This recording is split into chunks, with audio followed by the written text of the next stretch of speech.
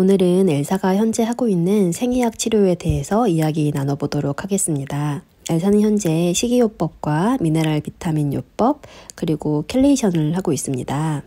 이 켈레이션에 대해서 먼저 얘기를 좀 해보자면 켈레이션은 몸 안에 있는 수은이나 중금속을 제거하는 요법이에요.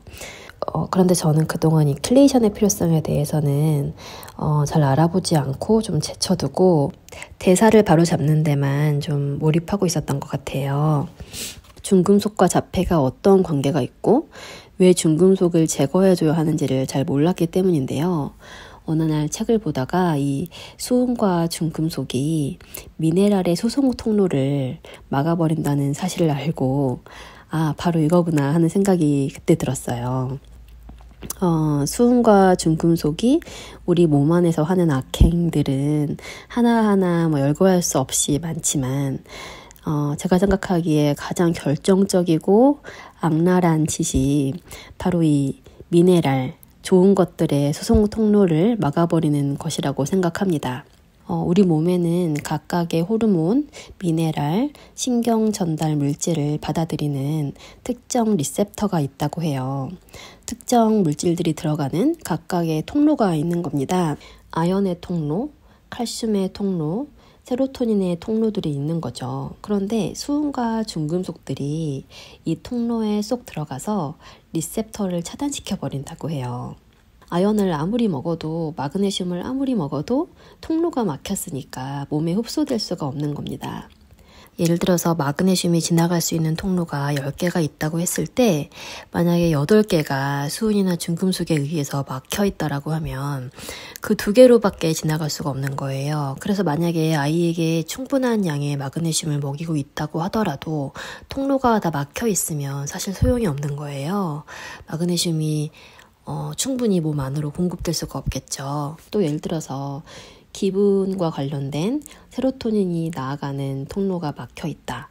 그러면 아이의 불안과 공격성이 나오는 겁니다.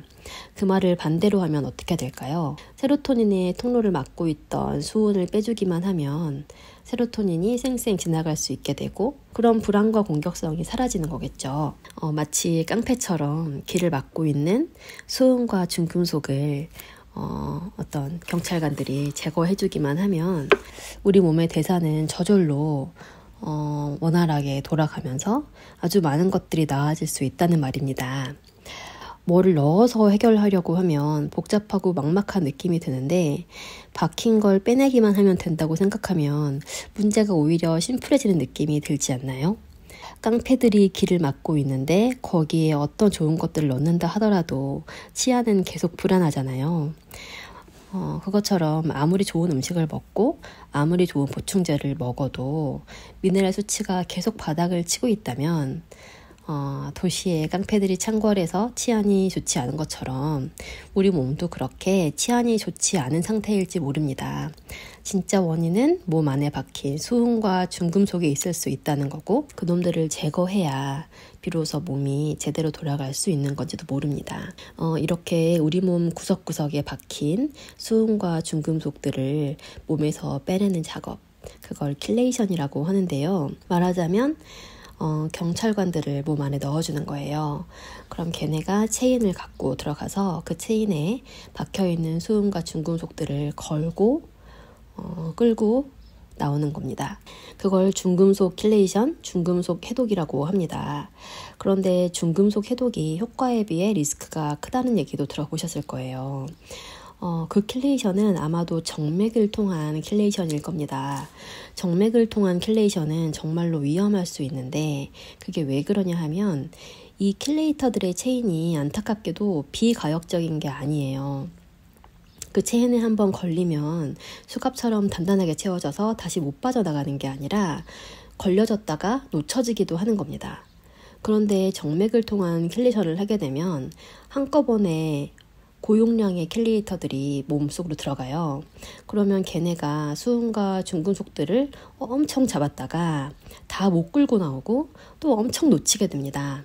그럼 그 놓친 수은과 중금속들이 혈액을 다량 떠돌게 되고 또 잘못하면 뇌로 가서 재분포될 수도 있어요. 이 재분포가 어떻게 일어날지는 아무도 모르기 때문에 그 과정에서 엄청난 부작용이 나올 수도 있는 거예요.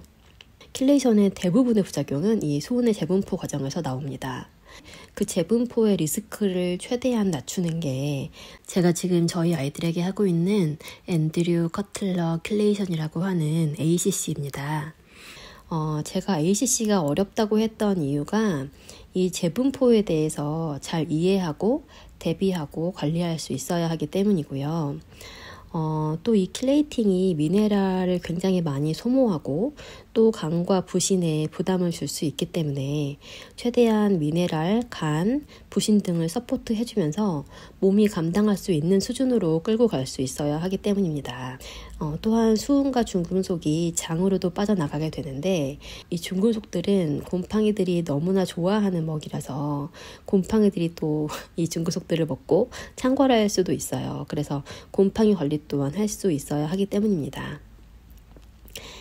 그런데 그 원리만 잘 이해하면 누구나 잘 관리하면서 하실 수 있으니까 또 너무 겁먹을 필요도 사실 없습니다. 저는 이 킬레이션을 시작하고 사실 지금 어느 때보다 마음이 좀 편하네요. 킬레이션을 하기 전에는 뭐랄까 좀 모래로 집을 짓는 느낌이었거든요. 식단이랑 미네랄 비타민 보충을 해오면서 많이 좋아지기는 했는데 1년 정도 지나니까 벽에 부딪힌 느낌도 들고 아직도 대사가 여전히 좀 불안한데 이제 뭘 더 할 수 있을까 이런 고민이 들더라고요. 여기를 조금 만져주고 있으면 저기가 부서지는 것 같고 또 저기를 좀 보수하고 있으면 여기가 부서지는 것 같고 이렇게 좀 뭐 하나라도 삐끗하면 와르르 무너져 버릴 것처럼 불안불안한 느낌이 있었거든요. 지금은 기초공사가 잘 된 땅에 벽돌을 하나하나 쌓는 느낌이 있어요. 아직 그럴듯한 집 모양이 안 나왔다고 하더라도 좋은 설계도를 갖고 있는 느낌이 있어서 마음이 불안하지가 않습니다. 가야 할 것들이 가야 할 곳으로 가는 느낌이 들고 아이가 튼튼해지고 있는 느낌이 듭니다. 사실 식단을 예전만큼 타이트하게 하지는 않는데도 이제 아이가 먹는 거 하나하나로 막 흔들리는 것 같지는 않고요. 오히려 대사가 좀 안정되고 건강해지고 있는 느낌이 들어서 어느 정도의 음식들은 이제 좀 견디는 것 같다는 생각이 들어요. 그래서 엘리도 시작했어요. 엘리도 입안에 염증이 잘 생기고 피부도 좀 건강하지 못한 느낌이 들어서 또 쌍둥이잖아요. 같은 배에서 나와서 같은 거 먹고 자랐으니까 이 아이도 자폐가 안 나타났을 뿐이지 대사가 좀 불안정하지 않을까 싶어서 미래의 질병을 예방하는 차원에서 시작했습니다. 그런데 엘리도 식단 조금 신경 쓰고 보충제 같이 먹고 ACC도 같이 하고 나서는 한 번도 입에 염증이 생기지 않고 피부도 좀 건강해진 느낌이 듭니다. ACC의 효과가 아마 가장 궁금하실 텐데 일단 제가 아는 대부분의 아이들이 호전의 길에 있는 건 확실합니다. 보는 각도에 따라 다르겠지만 좀 드라마틱한 호전들도 있는 것 같아요. 무발화 아이들이 말을 하게 된 경우들도 굉장히 많고 제가 이거는 따로 영상을 하나 만드는 게 좋을 것 같아요. 제가 경험하고 또 제가 지켜본 ACC의 효과들은 나중에 한번 따로 모아서 소개를 해드리도록 하겠습니다. 그리고 이제 미네랄 비타민 보충제들을 먹고 있는데요. 이 보충제를 알려달라는 분들이 정말 많이 계셨는데 제가 의사도 약사도 아니다 보니까 당연히 좀 너무 조심스러웠어요. 근데 생각이 좀 바뀌었습니다. 이게 조심스럽다 보니까 아무도 대놓고 추천을 잘 안 해주셔가지고 그렇다 보니까 엄청 헤매시고 좀 너무 안 좋은 선택들도 많이 하시는 것 같아서 일단 제가 아는 거라도 알려드려야겠다 그런 생각이 좀 들었어요. 보충제를 꼭 먹여야 되는 거는 아닌데 먹이고 싶으시다면 일단 제가 지금까지 알아온 것들을 기본으로 깔고 그리고 공부해 가시면 더욱 이롭지 않을까 하는 생각이 들어서 몇 가지씩 묶어서 말씀을 드리려고 합니다. 근데 식단을 안 하고 보충제를 먹는 거는 제가 생각했을 때는 진짜 돈 낭비인 것 같아요.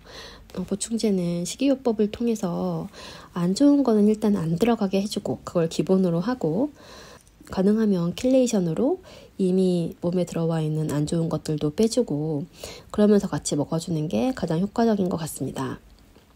그걸 전제로 이제 엘사가 먹는 보충제들도 안내를 해드리려고 하는데요. 제가 지금 코로나가 완전히 다 회복이 안 돼가지고 저도 말하기가 좀 힘들고 들으시기에도 많이 불편하실 것 같아요. 그래서 조금만 더 낫고 며칠만 있다가 이 보충제들을 한 가지씩 소개를 해드리도록 하겠습니다. 그러면 다음 영상에서 뵙겠습니다.